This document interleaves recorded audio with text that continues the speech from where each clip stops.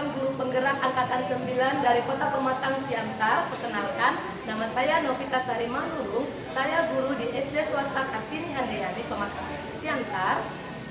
Halo, nama saya Khairunisa Nasution. Saya dari SD Negeri 12554 Kota Pematang Siantar. Halo, saya Okfa Romaulina Saraji. Saya mengajar di UPTD 124397. Di sini kami akan melakukan proses coaching untuk memenuhi tugas modul 2.3 demonstrasi kontekstual. Selamat menyaksikan. Guru penggerak, Bergerak, bergerak, menggerakkan.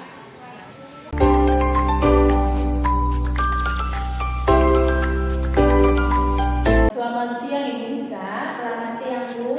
Saya dengar Ibu akan melakukan proses coaching ya hari ini. Iya Bu. Baik Bu, sebelum Ibu akan melakukan proses coaching, ada sedikit yang akan saya bicarakan dengan Ibu. Boleh Ibu? Boleh Bu. Iya, baik. Nanti Ibu pada saat melakukan proses coaching, antara coach dan coachee akan saya amati Ibu. Jadi saya akan menilai apakah proses coaching yang Ibu lakukan sudah sesuai dengan rubrik penilaian coaching. Seperti apakah sudah sesuai dengan alur kita atau belum. Kemudian apakah Ibu sudah memberikan pertanyaan yang berbobot sesuai dengan kata-kata kunci yang Ibu akan sampaikan terhadap coachee. Dan juga saya akan mendengarkan respon dan jawaban dari coachee apakah sudah sesuai dengan jawabannya dengan yang Ibu pertanyakan. Dan jangan lupa juga Ibu, proses coaching yang akan Ibu lakukan harus sesuai dengan prinsip coaching, yaitu kemitraan, proses kreatif, dan memaksimalkan potensi. Mungkin Bu, sebelum melakukan proses coaching, ada beberapa pertanyaan yang akan saya sampaikan kepada Ibu Nisa. Bisa Ibu? Bisa Bu. Ya, baik. Pertanyaan yang pertama ini ya Bu ya. Kompetensi apa yang akan Ibu kembangkan dalam proses coaching nanti? Di sini nanti saya akan mengembangkan ada 3 kompetensi. Yang pertama adalah kehadiran penuh, yang kedua adalah mendengarkan aktif, dan yang ketiga adalah mengajukan pertanyaan berbobot sesuai dengan pertanyaan atau kata-kata kunci yang sesuai dengan yang akan disampaikan oleh kunci. Iya, baik ya Bu ya. Dari ketiga kompetensi yang tadi yang Ibu sampaikan, yaitu kehadiran penuh, mendengarkan aktif, dan mengajukan pertanyaan yang berbobot, kira-kira kompetensi apa yang lebih spesifik yang akan Ibu kembangkan dalam proses coaching nanti? Di sini yang saya fokuskan yaitu adalah mendengarkan dengan aktif Bu. Karena dengan mendengarkan aktif, saya lebih fokus sehingga kehadiran penuh itu muncul Bu di dalam diri saya. Nah, dengan mendengarkan aktif, saya juga akan menyampaikan pertanyaan yang berbobot dengan kata kunci yang sesuai dengan yang akan disampaikan oleh coach. Iya, baik ya Bu. Jadi hanya itu pertanyaan yang saya sampaikan kepada Ibu. Semoga nanti hasil coachingnya sesuai dengan yang Ibu harapkan. Dan ingat selalu ya Bu dengan yang sudah saya sampaikan tadi. Dan semoga proses coachingnya berjalan dengan lancar dan sesuai dengan yang Ibu harapkan. Amin ya Bu. Terima kasih Bu. Ya, baik Bu. Selamat pagi Ibu Nisa. Selamat pagi Bu. Ibu ada waktu, saya ingin bercerita sedikit tentang masalah saya. Ada Bu, boleh Bu sekitar 15 menit untuk melakukan kegiatan selanjutnya, saya masih ada Bu. Baik Bu, begini Bu, saya ingin cerita mengenai perasaan yang saya rasakan akhir-akhir ini. Boleh Bu? Boleh. Kira-kira mau cerita apa ini ya Bu hari ini? Begini Bu, saya merasa pembelajaran yang saya berikan di kelas itu kurang menyenangkan bagi anak-anak. Anak-anak saya di kelas menjadi tidak aktif dan tugas-tugas yang saya berikan mereka tidak kerjakan lagi. Oh begitu ya Bu. Jadi menurut Ibu, apa sih yang diharapkan obrolan kali ini Bu? Saya berharap Bu dengan keberadaan kita hari ini saya dapat menemukan solusi dari permasalahan yang saya rasakan. Oh, jadi baik Bu. Menurut Ibu, hal apa saja yang membuat murid-murid Ibu kurang antusias pembelajaran bersama Ibu di dalam kelas? Menurut saya Bu, anak-anak saya menjadi tidak antusias lagi. Mungkin pembelajaran yang saya berikan terlalu monoton. Saya kurang memberikan interaksi dengan siswa sehingga mereka tidak aktif dalam pembelajaran yang saya berikan di kelas. Begitu ya Bu. Dari pengamatan Ibu, kira-kira apa saja sih yang dapat membuat murid-murid Ibu antusias dalam pembelajaran Ibu di kelas? Menurut saya Bu, mungkin supaya anak-anak antusias di kelas, saya memberikan mereka ice breaking atau pembelajaran dan tidak lagi monoton. Saya lebih mengajak mereka aktif, mengajak mereka untuk memberikan pendapat, dan juga saya memberikan kesempatan untuk mereka bertanya tentang pelajaran yang saya berikan, serta tugas-tugas yang saya berikan juga tidak menyulitkan bagi siswa. Wah, saya sependapat dengan Ibu.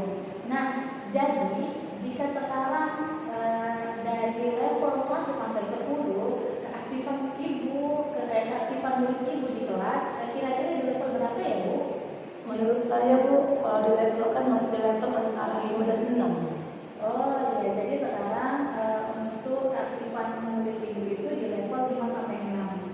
Pasti rasa Ibu itu kurang memuaskan. Jadi jika kita ingin ambil level ke angka berapa ya Bu untuk kemajuan murid Ibu di dalam kelas? Iya Bu, saya mengharapkan minimal keaktifan siswa itu ada di level 8 Bu. Karena dengan aktif mereka mengikuti pembelajaran, berarti tujuan pembelajaran yang saya berikan bisa tercapai, dan saya juga merasa lebih nyaman dalam mengajar anak-anak di kelas. Oh baik Bu.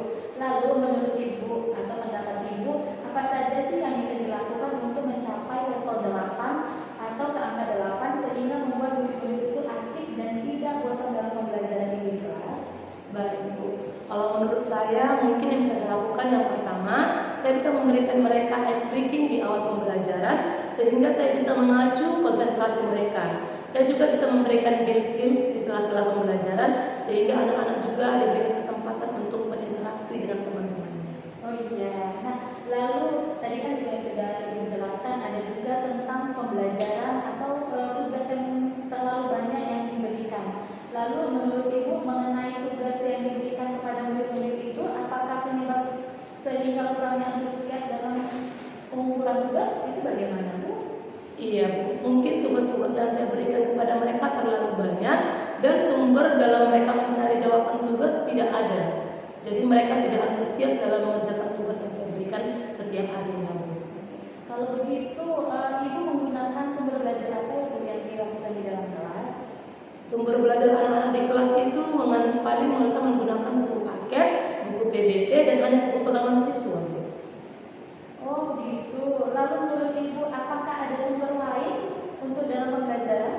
Iya Bu, menurut saya banyak sumber pembelajaran yang bisa anak-anak gunakan, seperti menggunakan Google Chrome atau menggunakan Braille di TikTok, atau juga bisa mereka mengakses pembelajaran dari YouTube sehingga anak-anak memiliki banyak sumber belajar. Jadi mereka mengerjakan tugas lebih bervariasi, dan juga saya memberikan pembelajaran yang berdiferensiasi, seperti saya bisa mengajak mereka memberikan tugas dalam bentuk drama, lagu, atau puisi, pantun, serta laporan digital sehingga mempermudahkan anak-anak dalam mengerjakan tugas sesuai dengan minat dan kemampuan mereka. Iya, nah betul sekali ya Ibu yang sudah Ibu katakan.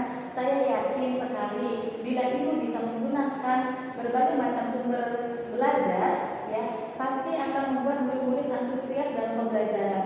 Nah, sekarang apa rencana Ibu untuk menyelesaikan masalah ini Bu?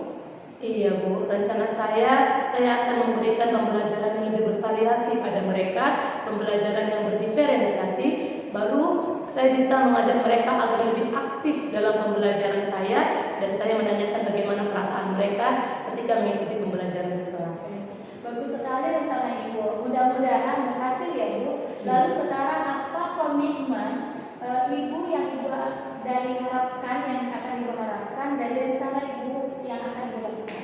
Baik Bu, saya berkomitmen semoga saya bisa membuat pembelajaran yang mengasihkan bagi siswa dengan menggunakan sumber pembelajaran yang bervariasi, dan juga saya bisa mengekspor materi saya kepada siswa mereka sehingga mereka bisa melaksanakan merdeka belajar, dan juga murid-murid bisa merasa senang kegiatan pembelajaran yang saya berikan tanpa ada unsur paksaan, dan saya akan memilih sumber belajar yang lebih bervariasi di dalam kelas kepada siswa saya. Wah, bagus sekali Bu. Saya sangat mendukung. Mudah-mudahan semua berjalan dengan lancar ya Bu, sesuai dengan harapan ya Bu. Iya Bu, terima kasih ya Ibu Nisa.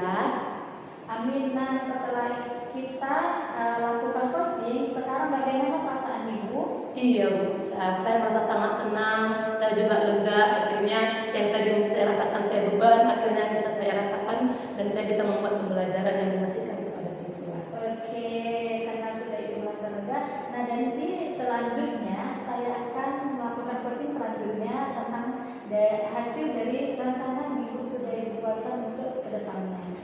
Begitu Bu? Baik Bu, boleh kita atur lagi waktu kita ya Bu? Boleh Bu, boleh. Terima kasih ya Bu Nisa, sehat-sehat. Ya Bu. Sore Ibu Nisa. Selamat sore Bu. Bagaimana tadi proses coachingnya Ibu Nisa? Alhamdulillah sangat lancar Bu. Iya, saya lihat juga tadi proses coaching yang saya amati itu sudah berjalan dengan sukses dan lancar. Tadi kan Bu Nisa sebelum Ibu melakukan proses coaching, saya tadi ada menanyakan tentang indikator ketercapaiannya, ya kan Bu? Iya. Dari indikator ketercapaian yang tadi, apakah sudah Ibu lakukan pada coaching yang tadi Bu? Baik Bu, terima kasih ya Bu. Berdasarkan hasil coaching tadi, yang sudah saya lakukan coaching sesuai dengan alur Tirta Bu. Saya sudah menanyakan tujuan sebelum melakukan percakapan. Saya sudah mengidentifikasi dengan cara menanyakan kepada coaching informasi-informasi yang terkait dengan permasalahannya, dan saya juga menanyakan rencana aksi yang akan dilakukan coaching, dan saya juga meminta coaching untuk menjawab pertanyaan-pertanyaan tindakan tersebut Bu. Seperti itu Bu. Iya, baik Bu. Menurut saya juga tadi Bu, saya sebagai observer, tindakan Ibu tadi sudah bagus sekali ya Bu ya, karena sudah melakukan proses coaching itu sesuai dengan alur Tirta, di mana Ibu sudah melakukan identifikasi terhadap permasalahan yang ada pada coaching, kemudian Ibu juga sudah memberikan pertanyaan berbobot sehingga coaching ini bisa menemukan sendiri solusi dari permasalahannya, dan Ibu juga sudah menerapkan prinsip dari coaching. Jadi selamat ya Ibu Nisa, sudah berjalan dengan sukses proses coachingnya. Nah, sebelum kita mengakhiri proses percakapan kita ini kan Bu, saya ada pertanyaan terakhir yang akan saya sampaikan kepada Ibu. Bisa ya Bu ya? Bisa Bu. Iya. Dari yang sudah Ibu lakukan tadi dalam proses coaching itu, kompetensi apa lagi yang ingin Ibu kembangkan? Baik Bu, kompetensi yang akan saya kembangkan antara lain adalah